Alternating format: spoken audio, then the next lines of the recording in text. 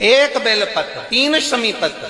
आप कभी दिल से, कभी मौका मिले हृदय से अशोक सुंदरी वाली जगह का स्पर्श कर कर भगवान शंकर के शिवलिंग पर एक बार समर्पित कर कर देखना, क्या बाबा ने तेरे घर में धन और वैभव दिया कि नहीं दिया। जो स्थिति में गाड़ी चल रही थी वो स्थिति की गाड़ी तेरी पार हुई कि ना हुई। मालूम पड़े तुम नौकरी के लिए इंटरव्यू देने जाओ और आंखों में काजल लगा के चले जाओ, तो फिर भी एक प्रयास करना, फिर भी एक प्रयास करना। उस दुर्वा का जो काजल बनाओ, मूछे हो, दाढ़ी हो, कहीं कहीं पर भी उसकी एक बिंदी लगा कर चले जाओ, वो असर करेगी और आपको वो जॉब मिल ही जाएगा, ये पक्का है। उसमें आकर्षण होता है। शिव महापुराण की कथा यहां तक कहती है, मंदिर में जल चढ़ाने जाओ तो अपने घर से जल लेकर जाओ। मंदिर में तो बाल्टी भरकर रखा रहता है, लोटा भी रखा रहता है, कलश भी रखा रहता है। मंदिर का पानी भरकर, मंदिर की बाल्टी में से जल भरकर शंकर भगवान को नहलाना सरल है। अपने घर से जल लेकर जब जाओगे तो घर का वास्तु दोष, घर का पितृ दोष और घर का काल सर्प दोष तीनों उस लोटे के माध्यम से जाएगा और शिव को समर्पित हो जाएगा। आज फिर निवेदन करूंगा, इस नेपाल देश की पावन धरा से डोलेश्वर महादेव की कथा में निवेदन करना चाहूंगा, जो बेटा बेटी नौकरी के लिए अप्लाई कर रहे हैं, जो बेटा बेटी चाहे सरकारी नौकरी हो, प्राइवेट नौकरी हो, सर्विस के लिए अप्लाई कर रहे हैं, उन बेटा बेटियों से निवेदन है, दुर्वा शिव जी को समर्पित कर कर केवल दूब जानते हो ना, दुर्वा सब जानते हैं। दुर्वा जो माला पिनाई थी उसमें बहुत सारी लगी थी, पढ़ी है, हम बताना जरा।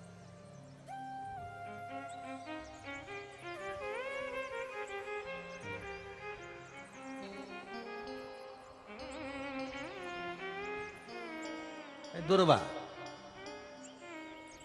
जो बेटा बेटी सर्विस के लिए अप्लाई कर रहे हैं, तुम मेहनत करो, पढ़ाई करो, खूब पढ़ो, खूब तैयारी करो, अच्छे से तैयारी करो।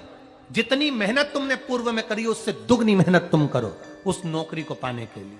और साथ में जब एग्जाम के लिए जाओ, कहीं इंटरव्यू देने के लिए जाओ, दुर्वा शिव जी को, इस दुर्वा का जो डंडी का मुख है ये अशोक सुंदरी वाली जगह, फिर समझ लीजिए, जैसे ये शिवलिंग, ये गोल जलाधारी, यहां से पानी नीचे गिरता है, बीच में अशोक सुंदरी का स्थान होता है।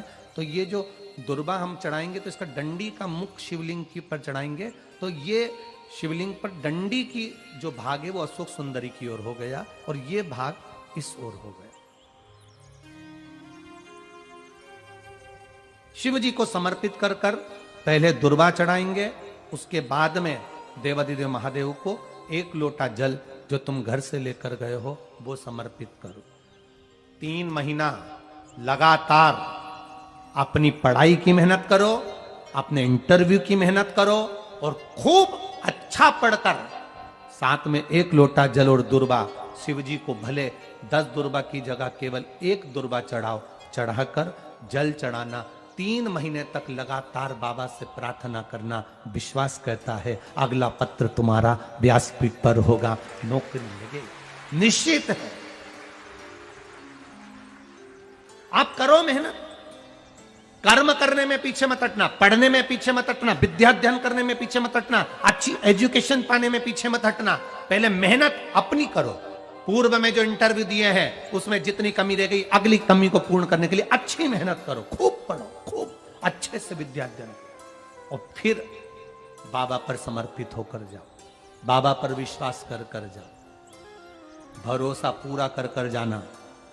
इंटरव्यू देते समय अपना विल पावर मजबूत होना चाहिए कि मेरे साथ मेरा काल अधिपति महाकाल है, अब निकल कर मानूंगी। हम दुकान खोलते हैं, कपड़े की दुकान खोल रहे हैं, किराने की दुकान खोल रहे हैं, लोहे की दुकान खोल रहे हैं, भंगार की दुकान खोल रहे हैं, किराना की दुकान खोल रहा है, पान की दुकान खोल रहा है। हम दुकान खोलते हैं, पर दुकान खोलने से पहले तुम्हारे 2 मन हो जाते हैं, चलेगी कि नहीं चलेगी, खोल तो लूंगी, चलेगी कि नहीं चलेगी। जिस दिन तुम दुकान खोलो 1 महीने पहले, 2 महीने पहले, 3 महीने पहले बाबा को दुर्वा चढ़ाकर 1 लोटा जल चढ़ाकर नियम बनाकर जाना, 3 महीने बाद मैं दुकान खोल रही हूं, 2 महीने बाद मैं दुकान खोल रही हूं, और मेरा विश्वास कहता है दुकान चलेगी। जिस दिन तुमने विचार कर लिया कि दुकान चलेगी कि नहीं चलेगी, तो वो नहीं चलेगी। जिस दिन तुमने विचार कर लिया कि दुकान खोल रही हूं, मेहनत करूंगी, दिल से करूंगी, भले मेरे पास ज्यादा माल नहीं है, जितना माल खरीद के लाऊंगी उतना बेच कर बताऊंगी, क्योंकि मेरे साथ काल अधिपति महाकाल है, तो वो चलेगी। विश्वास दृढ़ करो, भरोसा पक्का करो। जिस दिन तुम्हारा विश्वास दृढ़ हो गया, उस दिन तुम विजय हो गए, उस दिन तुम आनंदता में हो गए। बच्चों का विल पावर कमजोर हो रहा है। दोस्त कह देते हैं सीए की पढ़ाई बहुत कठिन है, इंजीनियरिंग की पढ़ाई बहुत कठिन है, डॉक्टर की पढ़ाई बहुत कठिन है। साथ वाले ऐसे मत ढूंढना जो तुम्हारा विल पावर कमजोर कर दे। ये वाली फैक्ट्री खोलेंगे तो हो सकता है नुकसान हो जाए, इसलिए ये फैक्ट्री खोलने का मन नहीं हो रहा है। फैक्ट्री का सेटअप जम गया, सब कुछ जम गया, और मालूम पड़े, विचार करा कौन चलाएगा, कैसे होगा, कैसे चलेगी, तो वो फैक्ट्री कभी नहीं चलेगी। तुमने सोच लिया कि अपने क्षेत्र में नहीं है, मेहनत करूंगा, 4 चांद लगाऊंगा।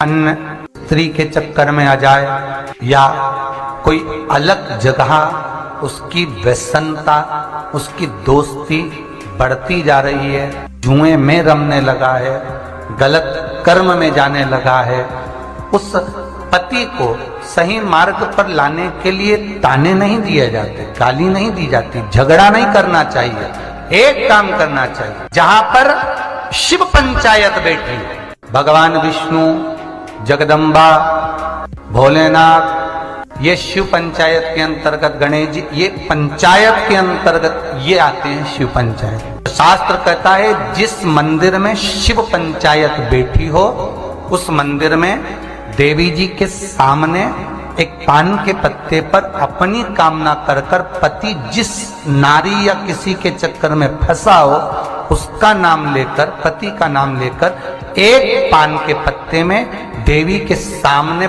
माखन रख दो, दूसरा पत्ता मंदिर के पीछे, उसमें भी माखन रख दो। महाराज कुछ बोलना नहीं है, चालना नहीं है, पति को यहां जरूर काम ना करना, शिव पंचायत। और पंचायत में जाकर, जगत की पंचायत में पंचायती नहीं करना, शिव पंचायत में पहुंचकर अपनी बात पंचों के सामने रख देना। बस 3 महीना इंतजार करना। ऐसी फूट पड़ती है, ऐसी फूट पड़ती है कि वो एक दूसरे का मुंडा ही नहीं देखे, बापड़ा, और वो सामने आए नहीं, वो चप्पल लेके दौड़े, और वो कुछ बोले तो वो गाड़ी लेके ढूंढे। बस अपने चाहिए ही क्या, अरे बोला तो सही बात, वो उधर झगड़ा करे, इन्हें प्रेम बढ़े। अब कई माताएं कहती है गुरुजी हमने तो देवी जी के मंदिर, अरे देवी जी के मंदिर, शिव पंचायत में अपनी बात पंचों के सामने पहुंचना चाहिए। श्री शिवाय नमस्तुभ्यं। दोस्तों, हर हर महादेव। 5 मार्च फागुन की षष्ठी तिथि, कर्जा मुक्ति, रोग मुक्ति के लिए करें बेलपत्र का उपाय। हर हर महादेव।